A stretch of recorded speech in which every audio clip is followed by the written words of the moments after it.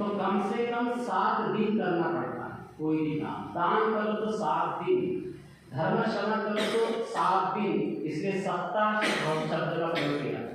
क्या हुआ? भगवंत सप्ताह चलना चाहिए, सप्ताह भर करना चाहिए कोई भी काम, या 7 सप्ताह या 7 महीने या 7 वर्ष करना चाहिए। तो 7 दिन, 7 सप्ताह, 7 महीने, 7 वर्ष। भगवान ने 7 वर्ष मैत्री भावना का अभ्यास किया। तो भगवान ने कहा उस कर्म के कारण 7 संवत 7 दीवर कल्प तक मैं इस लोक में नहीं आता हूँ। उस वहां से जब च्युत हुआ तो 36 बार देवताओं का राजा शक्र बना। कितने बार? 36 बार देवताओं का राजा बना और सैकड़ों बार चक्रवर्ती सम्राट बना। तो भगवान ने बताया भिक्षु ये मैत्री भावना का अभ्यास हो। और भगवान ने दूसरा उदाहरण दिया कि जैसे कोई व्यक्ति सुबह हंडा और चावल बनाए और दान करे, दोपहर में हंडा और चावल बनाए दान करे, शाम को 1 हंडा और चावल बनाए दान करे, ऐसा 100 वर्ष करता रहे, उसकी अपेक्षा हुए कोई 5 मिनट मैत्री भावना का अभ्यास करे तो ये ज़्यादा महाफल है। कितना महत्वपूर्ण है मैत्री भावना, कैसे करना चाहिए। जिन लोगों ने विपश्यना शिविर किया है वो समझते हैं कि मैत्री भावना कैसे करना है। फिर भी मैं एक बार बता देता हूँ, मैं जैसे बताता हूँ वैसा करेंगे, ये जो चित्त है अपने आप शांत हो जाता है। आपको करना कुछ नहीं है, बस भगवान ने जैसे बताया वैसे हम सारे सूत्र प्रैक्टिकल करने के लिए। तो ये प्रैक्टिस कैसे करना है ये आप हम बताते हैं।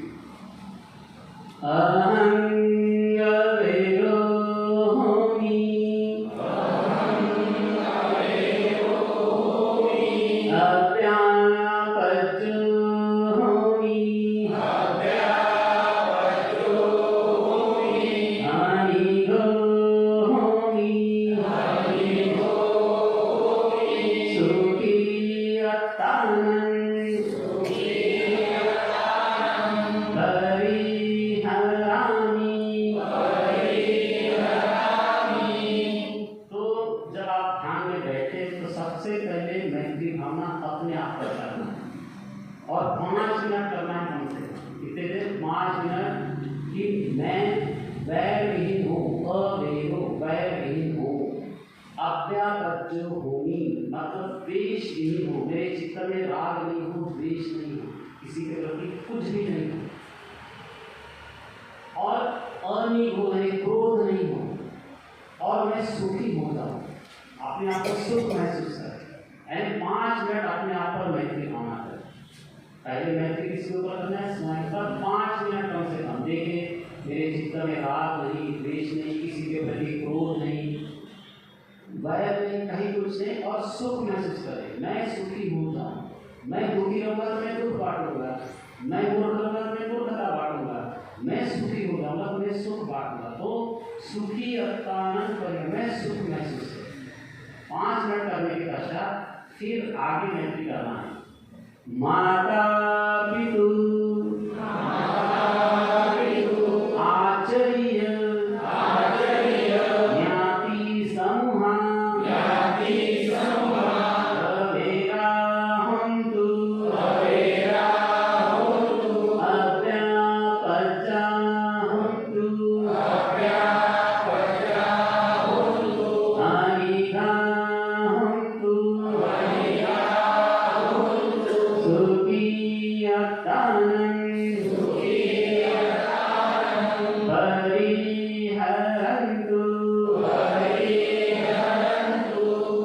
फिर आप लोग क्या कीजिएगा, सबसे पहले माता पिता को याद करें।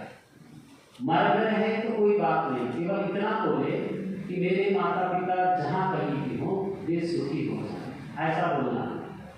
जीवित है तो कोई बात नहीं, जीवित नहीं है मर गए तो भी याद करो मेरे माता पिता जहाँ कहीं भी हो वे सुखी हो जाए, वे राग से, द्वेष से, क्रोध से मुक्त हो जाए, ऐसा बोलना है।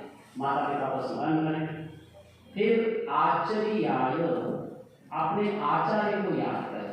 तो जिनसे भी टीचर्स हैं, जिनसे जो शिक्षा आपने ग्रहण की पहली कक्षा से लेके आज तक, ये प्रश्न के टीचर को भी याद कर ले, हमने स्कूल में जो टीचर को याद करे, मेरे आचार्य से वो भी है, मेरे आचार्य सुखी हो, उनका एक एक का नाम लेके वो राग से, द्वेष से, क्रोध से मुक्त हो, ऐसा बोलना है और वो सुखी हो जाए। तो आंचली आए। फिर ज्ञाति समूह, तो अपने रिश्तेदारों को याद करें। रिश्तेदार पहले भाई है, भाई के पुत्र पुत्रियां हैं, फिर बहन है, बहन के पुत्र पुत्रियां हैं, फिर मामा है, मौसी हैं, जितने रिश्तेदार हैं। फिर पुरुष है तो पत्नी के परिवार वालों को याद करें, पत्नी है तो पुरुष के परिवार वालों को, सास ससुर को याद करें। एक एक व्यक्ति को याद करके मैत्री देना है और ये बोलना है कि वो राग से, द्वेष से, क्रोध से मुक्त हो, सुखी हो, उसका भला हो, मंगल हो, कल्याण हो, ये बोलना है। इसमें फिर और क्या करना है कि जिस किसी के प्रति द्वेष है, हम ध्यान करते तो द्वेष आता है, अमुक व्यक्ति ने ठीक नहीं किया, इसने मेरा ऐसा किया, वैसा किया, तो उसको मैत्री देंगे। फिर क्या करेंगे? उसको मैत्री, उसका भला हो, मंगल हो। और ये बोलिएगा कि वो भी तो मरने वाला है। अगर मेरे चित्त में द्वेष है, मैं मरूंगा तो मेरी तो दुर्गति हो जाएगी, मैं भी तो पशु योनि में जाऊंगा। तो द्वेष कितना खतरनाक है। तो जिसके प्रति द्वेष है वो कहाँ जा रहा है, और मैं द्वेष करूंगा तो मैं अपनी हानि कर रहा हूँ, मेरी दुर्गति हो जाएगी। तो उसको भी याद करना। जिस किसी के प्रति द्वेष आता है वो भी कितना दुखी है, क्या वो सुखी रहता है क्या? सारे वो भी मरने वाला है। तो हम काय के लिए क्रोध करें, काय के लिए द्वेष करें? इस तरह से करना है, आपका चित्त अपने आप शांत हो जाएगा। जो अशांति आती है चित्त में, सारी साधना काय के लिए, ये चित्त कैसे शांत हो, बस और कुछ नहीं। और जैसे ही ध्यान करते हैं तो ये प्रॉब्लम आती है, राग रहता है तो द्वेष रहता है, दो ही चीजें चलती रहती है लोगों की, और उसके कारण ध्यान नहीं हो पाता, आगे नहीं बढ़ पाते। तो हमको चित्त को शांत करना है। तो ये मेत्ता भावना सबसे अच्छी चीज है। आराम से आप प्रथम ध्यान में जा सकते हैं, कितना प्रैक्टिकल है। 1 घंटा चाहिए, समाधि में सब लोग जा सकते हैं, कितना बढ़िया ये सुनकर। फिर इतना होने, तो इतना आप करेंगे, आधा घंटा ऐसे बीत जाएगा। फिर आगे करेंगे, आरक्ष देवता, उम्मट्ठ देवता, रुक्कट्ठ देवता, आकाशट्ठ देवता, अवेला हुंतु, अव्यापचा हुंतु, अनिहा हुंतु, सुखी आनंद,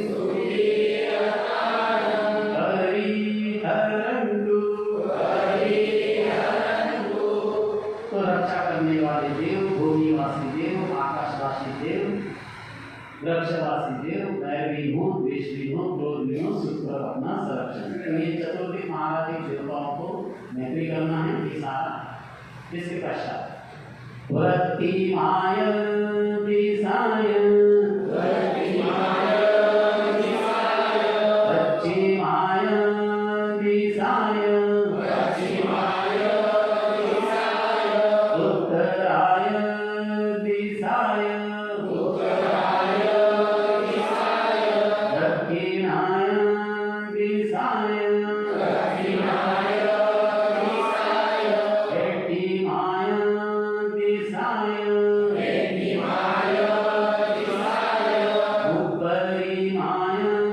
दिशाय, उपरिमाय दिशाय, पूर्व पश्चिम उत्तर दक्षिण, नीचे के ऊपर की दिशा। इसके बाद प्रतिमाय अनुदिशाय, पश्चिमाय अनुदिशाय,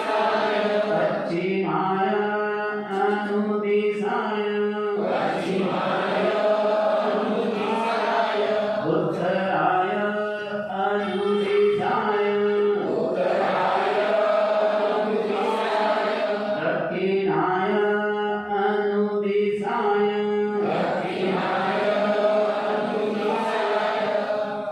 अनुदिशा यानी कॉर्नर की दिशा, जो कोनों की दिशा होती है उसको अनुदिशा बोलते हैं। जिसको हम क्या बोलते हैं, ईशान्य, नैऋत्य, आग्नेय और वायव्य अनुदिशा। इसके बाद सभ्ये सत्ता सभ्ये पाणा सभ्ये भूता सभ्ये भुग्गला सभ्ये अर्थभाव पर्यापन्न सभा इत्यो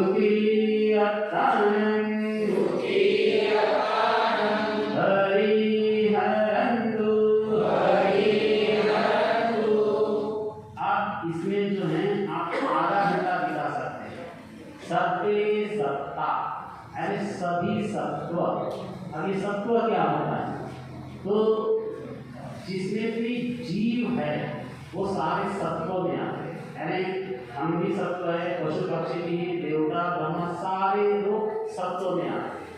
तो सत्य सत्ता, सारे सत्व सुखी हो ऐसा बोलना है, भला हो, मंगल हो, उनका कल्याण हो। फिर सभ्य पाणा, तो सारे प्राणियों को याद करें। पाणा यानी जो भी प्राणी सांस लेता है छोड़ता है वो प्राणी है। तो पशु पक्षी भी प्राणी में आते हैं, हम भी प्राणी ही हैं। तो एक एक प्राणियों को याद करें, यानी चींटी भी प्राणी है, तो चींटी, कीड़े मकोड़े, सांप, बिच्छू हैं, फिर चूहा है, तुम्हारा बिल्ली है, कुत्ता है, गाय, बैल, घोड़ा, हाथी, सारे प्राणियों को याद करें, उनका भला हो, वो दुख से मुक्त हो, ये बोलना है। फिर जंगलों में रहने वाले शेर है, बाघ है, बंदर है, जंगलों में रहने वाले प्राणी, उनका भला हो, मंगल हो, कल्याण हो। फिर पानी में रहने वाले, महासमुद्र में रहने वाले जितने भी प्राणी हैं, क्योंकि वो पाना है, सारे प्राणी हैं, एक एक प्राणी को मैत्री दे, उसका भला हो, मंगल हो, कल्याण हो। तो सभ्य पाणा, सभ्य भूता, यानी सारे उत्पन्न जन्म ग्रहण के सारे व्यक्ति। सभ्य पुग्गला, अब ये पुग्गल शब्द है, तो इसमें आप सारे भिक्षुओं को याद करें, सारे भिक्षुओं का भला हो, मंगल हो, भिक्षुओं को मैत्री दे। चाहे हम हमारे जितने भिक्षुओं को जानते, एक एक भिक्षु को मैत्री दे, नहीं जानते तो इतना ही बोल दें कि नागपुर में रहने वाले सारे भिक्षु भला हो, मंगल हो, औरंगाबाद में, महाराष्ट्र में, यूपी, बिहार में रहने वाले सारे भिक्षुओं का भला हो। तो सभ्य पुग्गला, सभ्य अर्थभाव पर्यापणा, सभी जन्म ग्रहण किए व्यक्ति। सभा इत्यो, तो सारी स्त्रियों को याद करें। भाई ऐसा बोले आप लोग कि यवतमाल में रहने वाली जितनी भी स्त्रियां हैं वो सुखी हों, महाराष्ट्र में रहने वाली जितनी स्त्रियां सुखी हो, यूपी, बिहार, भारत देश में रहने वाली सारी स्त्रियां सुखी हों। फिर सारे देश में रहने वाले, विदेशों में रहने वाली सारी महिलाएं सुखी हों, ऐसा बोलना। फिर सभ्य पुरुषा, इसी तरह सारे पुरुष सुखी हों। फिर सभ्य अरिया, तो आर्य लोगों को याद करें। तो आर्य किसको बोलते हैं, जो श्रोतापन्न, सकलगामी, अनागामी भारत है, तो जिनके बारे में हमने सुना है उन सबको याद करें। जैसे अपन सुना है कि म्यांमार के पाओ सयाड़ो भारत है, आपने थाईलैंड के जया सारो है, अरिया वंशो गुरुजी है, जिनके बारे में, या ऐसा ही बोलते हैं वे श्रीलंका, म्यांमार, कंबोडिया में रहने वाले जो आर्य है, जो शुद्धापन से अपेक्षु, ये उनका भला हो, मंगल हो। तो सभ्य अरिया। फिर सभ्य अनरिया, तो जो अनार्य लोग होते हैं, अनार्य किसे कहते हैं? जो अधर्मी लोग हैं, जो पांचों शीलों का पालन नहीं करते, हत्यारे, व्यभिचारी, डकैत है, जेलों में रहने वाले, सारे अनार्य सुखी हो। यानी कोई व्यक्ति छूटना नहीं चाहिए मैत्री में। सब प्राणियों का भला, मतलब जो अनार्य है, मूर्ख लोग हैं, उनको भी मैत्री देना है। ऐसा बोले हिंसा करने वाले, चोरी करने वाले, व्यभिचार करने वाले, बम पटकने वाले, डाका डालने वाले, सबका भला हो। जेलों में रहने वाले सारे प्राणी सुखी हो। तो सभ्य अनरिया, अनार्य लोगों को मैत्री करना है। सभ्य देवा, फिर देवताओं को स्मरण करें। आप लोग मालूम हो नाम तो उनका नाम ले। जैसे बोले कि चतुर्दिक महाराज एक देवता सुखी हो, फिर तावत हिंसा देवा सुखी हो, यामा देवा सुखी हो, तुषिता देवा सुखी हो, निम्मान विक्रमित वसवती देवता सुखी हो। 6 देवताओं के नाम ले। नहीं ले सकते तो खाली इतना ही बोले सारे देवता सुखी हो, सारे ब्रह्मा सुखी हो, ऐसा बोलना है। तो ब्रह्माओं के नाम अगर आपको याद आते हैं तो उनके नाम ले, नहीं आते तो खाली इतना ही बोले सारे ब्रह्मा सुखी हो, वे भी दुख से मुक्त हो, क्योंकि वो भी दुखी रहते हैं ना। सुख है लेकिन मरने का तो दुख तो नहीं, इसलिए वे भी सुखी हो, ऐसा बोलना है। ब्रह्माओं के नाम याद कर सकते हैं, वो तरीका है याद करने का कि ब्रह्म लोगों के नाम कैसे याद करना है। आप धम्मचक्र सूत्र है, उसमें 16 रूप ब्रह्म लोगों के नाम हैं, कैसे याद करना है मैं उसका तरीका बताऊंगा। बड़ा सरल तरीका है। पूरा ये जो जितने सूत्र है गणित टाइप के, मैथमेटिक्स से पूरा जिसका याद करने का तरीका मेरे साथ चीजें। तो सारे देवा, सभ्य मनुष्य, सारे मनुष्य को याद करें। सभ्य अमनुष्य, तो अमनुष्य में इतना याद करें कि भूत है, प्रेत है, यक्ष है, नाग है, गंधर्व है, गरुड़ है, ये सारे अमनुष्य में आते हैं। ये सारे अमनुष्य सुखी हैं, सबका भला हो, मंगल हो, कल्याण हो। और सबसे देवाधिका, फिर आप सारा याद करें जितने नरक का भी प्राणी है उनका भला हो, मंगल हो, कल्याण हो, ऐसा बोलना। फिर अवेरा हमको, अव्यपर्जा हमको, अनिगा हमको, सुखी रखना, आप इतना बोलिए और फिर आप अनुभव करेंगे कितनी बढ़िया साधना होगी। बाकी अपने आप आना करना कुछ नहीं पड़ता है। तो मैत्री भावना सबसे प्रमुख है।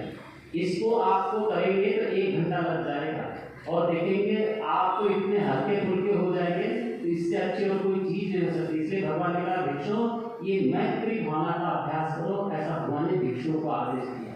जैसे भगवान ने आदेश दिया बुद्धानुसति मैत्राच अशुभम मरणसति, पहले भिक्षु बुद्धानुसति करो, फिर मैत्रा भावना करो, फिर अशुभ भावना करो, मरणानुसति करो, तब वो आगे बढ़ता है व्यक्ति। अपन लोग इतना कर रहे क्योंकि हमारे पास राइट टेक्निक आनी चाहिए कि हमको क्या क्या करना चाहिए। बुद्धानुसति करना है, मैत्रा भावना करना है, विपश्यना आना था अपने आप हो जाएगा, चाहे कि ज़्यादा फिर झंझट नहीं रहेगी। भगवान ने मैत्री भावना के फायदे गिनाए। यदि कोई व्यक्ति मैत्री भावना करता है तो भगवान ने इसके 11 फायदे गिनाए। जैसे आप लोगों को बता दो, कोई फायदा हो तो कोई काम करना है तो मत करना। किसी भी चीज़ के लिए ध्यान रखना कि जीवन में इससे लाभ नहीं होगा तो वो काम छोड़ दो।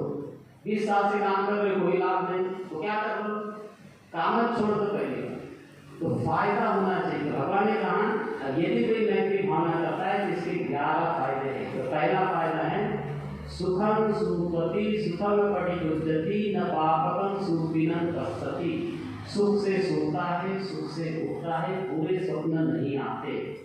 जिसको सपनों की समस्या है, रात में सांप आते हैं, बिच्छू आते हैं, डरावने भूत प्रेत आते हैं, तो आप रोज मैत्री भावना करके सो जाएं, आपको नहीं आएंगे, परेशान नहीं करेंगे। मनुष्यानं प्रिय होती, अमनुष्यानं प्रिय होती, देवता रक्षन्ति। मनुष्यों को प्रिय होता है, अमनुष्यों को प्रिय होता है, देवता उसकी रक्षा करते हैं।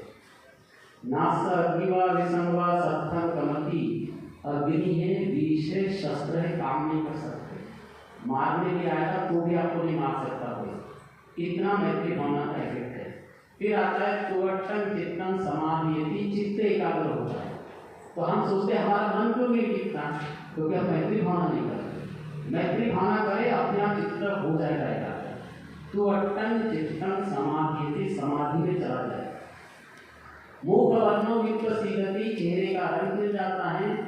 असमूल्यो कालम करोति, यानी वो बेहोशी में नहीं मरेगा, मूड होके नहीं मरेगा, होश में मरेगा। अभी तो लोग क्या है, कहा गया कि कोमा में गया जी बोलते हैं, तो कोमा कोई अच्छी चीज है क्या है? और कोमा में कितना खर्चा आता है? 25,000 50,000 इसी दिन का खर्चा होता है। बल्कि परिवार में कोई बूढ़ा व्यक्ति है, उसको कोमा में या हॉस्पिटल में मत भेजिए, उसको घर में रहने दीजिए। कोई कोमा में जाता है, यहाँ तो लगती नानी ये इंजेक्शन सारा, यानी वो सांस लेने के लिए बेचारे को तकलीफ है, तो मरेगा तो दुख में मरेगा ना उसको, तो कम से कम सुख से तो मरने दो उसको। कम से कम बुद्धवाणी सुनाओ, कम से कम वो बुद्धवाणी सुन के मर जाएगा तो सदगति हो जाएगी। लेकिन हॉस्पिटल में जाने की आवश्यकता नहीं है। लेकिन लोग क्या है, 80 साल का है तो मरने दो, घर में सुख से मरेगा, हॉस्पिटल में क्यों ले जाते? तो जो मैत्री भावना करेगा बेहोश होकर नहीं मरेगा, सुख से मरेगा बिल्कुल। असमूलो पालन करोति उत्तर या प्रतिवस्मिन ब्रह्म लोकु पगो, और आगे कोई ज्ञान नहीं मिला तो कम से कम ब्रह्मलोक से उत्पत्ति। तो भगवान ने कहा ऋषि ये ज्यादा फायदे, इसलिए ये मैत्री भावना का अभ्यास हमको ज्यादा करना है। गुरु जी क्या बोलते हैं, 1 घंटा विपश्यना करो, फिर 5 मिनट मैत्री का अभ्यास करो। 5 नहीं, कम से कम आधा घंटा मैत्री का अभ्यास करना है, और घंटा भर कर लोगे तो भी कोई फर्क नहीं पड़ता। 1 घंटा मैत्री भावना का अभ्यास करो, चित्त बिल्कुल शांत हो जाए। तो मैं समझता हूँ आज काफी सूत्र हो गए हैं, तो हम आज का सेशन यही समापन कर लेते हैं। और अब 5-10 मिनट आज के हमने जितने सूत्र दिए हैं, इस संबंध में किसी का कोई प्रश्न हो तो 5-10 मिनट चर्चा कर सकते हैं। 5 मिनट या 10 मिनट, इससे अधिक नहीं। हाँ हाँ, ये आपने जो इतने सूत्र सुनाए आज, उसमें देवलोक का बहुत सारा उल्लेख हुआ है। देवलोक के बारे में कहा गया है। तो ये देवलोक क्या है, हम लोग अलग अलग तरह से बताते हैं। जैसा कि बुद्धि के प्रवचन में जो देवलोक आता है, और उनके त्रिपिटक में सबने समुद्र उसमें जो है उन्होंने 31 देवलोक का उल्लेख किया है, 31 लोगों का उल्लेख किया है। इसमें 4 प्रगति के लोग और 1 मनुष्य लोग, देवलोक और 16 ब्रह्मलोक। तो ये जो ब्रह्मलोक है, देवलोक है, लोग उसमें तो लिखा है कि ये सारे के सारे लोग जो है अपने अंदर ही है। मतलब आप ध्यान के माध्यम से एक लोग का परिचय करा सकते हैं, अपने आप को उसको देख सकते हैं, ध्यान के माध्यम। इसका मतलब है कि हम अपनी जितनी अवस्था बढ़ाएंगे तो हम एक लोग का परिचय करते जाएंगे अपने ही अंदर। तो जब हम बोलते हैं तो हम तो दूसरे जगहों की बातें करते हैं कि आकाश में देव हो रहा है, या इधर हो रहा है, इस में हो रहा है, तो वो देवलोक और ये देव, इसमें क्या तो इनका प्रश्न है 31 लोगों के बारे में हम बताएं। में भी कहते हैं कि तथागत जो है सत्ता देव मनुष्याना, तो देव और मनुष्य के दोनों के भी शास्त्र मतलब शिक्षक है। जैसे महामंगल सूत्र में कहते हैं कि भाई जो एक रात्रि में देवता आता है, और फिर उनसे चर्चा करते हैं देवता। चर्चा क्या करते हैं, चर्चा तो सामान्य लोगों के सुख के बारे में चर्चा करती है, सामान्य लोग सुखी कैसे होंगे। तो ये देवता कहाँ से आते, ऊपर से आते, और सामान्य लोगों के बारे में चर्चा करते हैं। ये थोड़ा अटपटा सा लगता है। ठीक है, बैठ जाए, हो गया। तो क्या है, इनका प्रश्न है कि देवताओं के बारे में बताएं। पहली बात ये समझे कि अंदर कोई देवता नहीं होता। पहली बात ये जो भगवान बुद्ध में जो त्रिपिटक में आता है वो देवता यहाँ स्पष्ट लिखा है, आरक्ष देवता, रक्षा करने वाले थे। भूमपट्ठ देवता भूमिवासी थे, रुखट देवता वृक्षवासी थे, आकाशक्ष देवता आकाशवासी थे, वहाँ उनका स्थान है। लेकिन समस्या हमारी क्या होती है कि हम ये आंखों से देखना चाहते हैं, हम इस आंखों से देखना चाहते हैं, मुझे आप लोग ये बताएं कि सभी ने कोरोना के बारे में तो सुना है ना, लेकिन कोरोना के जीवाणु को किसी ने देखा है क्या? क्यों नहीं देख सकते? सामान्य लोगों ने नहीं देखा होगा, पर साइंटिस्ट ने देखा है तभी तो। हाँ, तो बस यही तो बात हम कह रहे हैं। भगवान बुद्ध ने तो देखा है ना, बुद्ध साइंटिस्ट की बात कर रहे हैं हम, आप लोगों ने नहीं देखा है, बुद्ध ने देखा है। हम यही तो बात कर रहे हैं, साइंटिस्ट की बात कर रहे हैं। कोई देवता नहीं, साइंटिस्ट तो सामान्य आदमी है। नहीं तो बुद्ध, आप ऐसा, हम किसी का तुलना ना करें, पहली बार कंपैरिजन की बात नहीं हो रही, ठीक है? पहले हम बोल देते थे, उसके बाद बात करेंगे, ठीक है? तो हमको ये पहली बात क्लियर कर समझना चाहिए कि देवता हमारे भीतर नहीं है, भीतर देवताओं जैसी अनुभूति हो सकती है। हम क्या कर सकते हैं? केवल अनुभव कर सकते हैं। अगर आप कथा पढ़ेंगे, सुनिए, बुद्ध ने धर्मा की सबने कथा पढ़ी होगी कि असित नाम का ऋषि वो भोजन के उपरांत देवलोक जाता है और पूछता है तुम लोग खुशियां क्यों मना रहे हो? कैसी खुशियां मनाते थे कि अपने बाण ठोक रहे हैं, भुजाएं ठोक रहे हैं, कपड़े उछाल रहे हैं, प्रसन्नता प्रकट कर रहे हैं, इधर घूम रहे हैं, उधर घूम रहे हैं। तो असित ऋषि बोलता है कि तुम लोग क्यों प्रसन्न होते? अरे तुम्हें नहीं मालूम, शुद्धधर्म के यहाँ बालक जिसने जन्म ग्रहण किया है वो बुद्ध होने वाला है, इसलिए हम खुशियां मना रहे हैं। तो इसका अर्थ क्या हुआ? पहली बात कि देवता हमारे भीतर नहीं, हमारे कॉन्सेप्ट भी तो क्लियर होना चाहिए कि मैं तो हम सोच रहे हैं कि हमारे भीतर देवता, हमारे भीतर स्वर्ग है, हमारे भीतर नरक है। वो स्वर्ग और नरक की अनुभूति आपको हो सकती है। वो है कहाँ फिर स्वर्ग और नरक क्या है सर? हाँ है। आप बताइए, आप नहीं एक चीज स्वर्ग का मतलब यह है कि देवता कौन से है? देवता जैसे तुम दूसरे उदाहरण दे रहे हो, देवता मतलब कौन है? ऐसा सर का भी प्रश्न है। हाँ तो वही तो हम बता रहे हैं ना। हम आपसे एक प्रश्न पूछना चाहते हैं, नरक और स्वर्ग ये भी बताना चाहिए। सब बताएंगे। हम ये कह रहे हैं बताने की अपेक्षा स्वयं अनुभव कर ले तो ज्यादा अच्छा है। अनुभव करने के लिए मेहनत लगती है और हम मेहनत नहीं करना चाहते। समस्या तो यहाँ भी आती है। जैसे उदाहरण के तौर पर कोई 12वीं का एग्जाम पास कर लेने का और वो समझते कि मैं हो गया डॉक्टर, तो डॉक्टर हो जाएगा क्या? आप लोग मानोगे क्या? लेकिन उसको बेचारे को 5 साल सीखना पड़ता है। तो वैसे आपको स्वर्ग और नरक को जानना है तो आप अनुभव कीजिए, और आप 5 साल कीजिए तो हम आपको अनुभव करा देते हैं। मानने की कोई बात नहीं है, सामान्य चीजें आप मानते हो और हम कहते मानने की क्या आवश्यकता है? जानो ना, भगवान का धर्म जानने के लिए, मानने के लिए कतई नहीं है। बुद्ध ने कहा इसलिए मत मानो, लेकिन आप अनुभव तो करो। आप अनुभव करेंगे, स्वर्ग इसलिए मानने की आवश्यकता है, यहाँ से हमने जान लिया, बात ही खत्म हो गई। स्वर्ग और नरक का शब्द ही नहीं है। अनुभव तो मन से ही करेंगे या शरीर से आप केवल अनुभव करेंगे। हम कहते हैं अनुभव करो, और जिसको देखना है हम दिखा भी देंगे, लेकिन आपको रहना पड़ेगा। सालों साल हो गए, 10वीं कक्षा पास करके 10 साल उस देता है बेचारा। आप लोगों ने कितना समय दिया धर्म के लिए? हम ये प्रश्न पूछते हैं। धर्म सीखने के लिए आप इस गुरु के पास गए, आज एक नाक से व्यक्ति रहता है। आपको एक रोज की बात करें, 14 वर्ष उन्होंने गुरु के साथ रहे और सीखे। आप लोगों ने कितने वर्ष धर्म सीखा? पहले हम ये जानना चाहते हैं, किस गुरु के पास है? और बिना गुरु के आप स्वयं ज्ञानी हो सकते हैं क्या? आपको जानना है, हम आपको ऐसे केवल सावधानी दे दो, हम आपको दिखा देंगे, अनुभव करा देंगे, मानने की कोई बात नहीं। लेकिन वो हम चाहते हैं कि वो हम करना नहीं चाहते, क्योंकि करने में लगती है मेहनत, और मेहनत कोई नहीं करना चाहता। समस्या क्या है? हम मेहनत नहीं करना चाहते, प्राण देना पड़ता है धर्म के लिए। हम धर्म के लिए कुछ नहीं करना चाहते, त्याग करना पड़ता है। लोग को कितने लोग त्याग करने के लिए तैयार हैं?